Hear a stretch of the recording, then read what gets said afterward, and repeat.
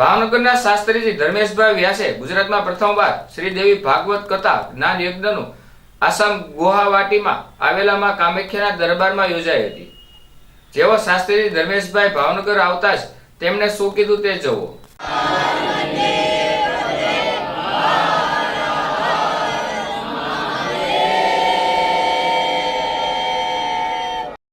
મારું નામ શાસ્ત્રી ધર્મેશભાઈ વ્યાસ છે। આપ આસામ ખાતે પૂર્ણ કરીને શું છે?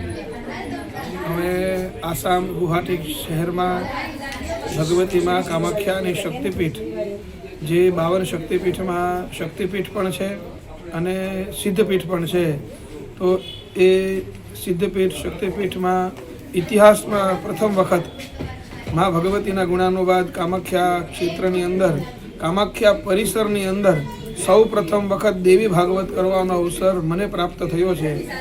હું 2007થી કામાખ્યા જાઉં છું।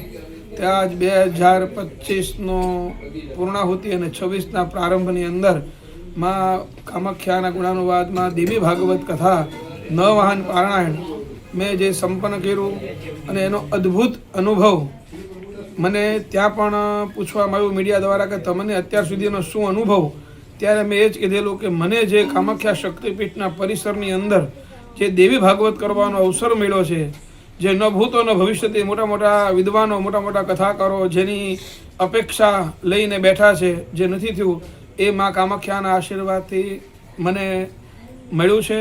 ત્યાંનો જે સ્ટાફ, ત્યાંના જે યજમાન, જેણે મારી ઉપર અનહદ, અમે જ્યારે ગુવાહાટી રેલવે સ્ટેશન ઉપર ઉતર્યા ત્યારે પણ એ લોકોની ટીમ સહિત અમારું બધાનું ખૂબ સ્વાગત કરવામાં આવ્યું। અમને બધાને ત્યાં ખૂબ માન આપ્યું, ગાડીઓ લઈને તેડવા માટે આવ્યા। તદુપરાંત 9 દિવસ દરમિયાન અમારી ખૂબ જ એ લોકોએ સેવા ચાકરી કરી, જમવાથી લઈ તે ફરવાની વ્યવસ્થા, તમામ પૂજાપાઠની વ્યવસ્થા, અને અમારા બ્રાહ્મણોને પણ એટલું જ માન મળ્યું। અને આ સાથે અમારો સ્ટાફ, આ બધું મારા એકલાથી શક્ય ન હતું, પણ અમારો સ્ટાફ દ્વારા જે બ્રાહ્મણો, રસોઈયાનો સ્ટાફ, સંગીતના સ્ટાફ, જે લોકો મને સહકાર આપ્યો છે, એ અદ્ભુત અને દિવ્ય અનુભવ જે થયો છે, એમાં કામાખ્યાના આશીર્વાદ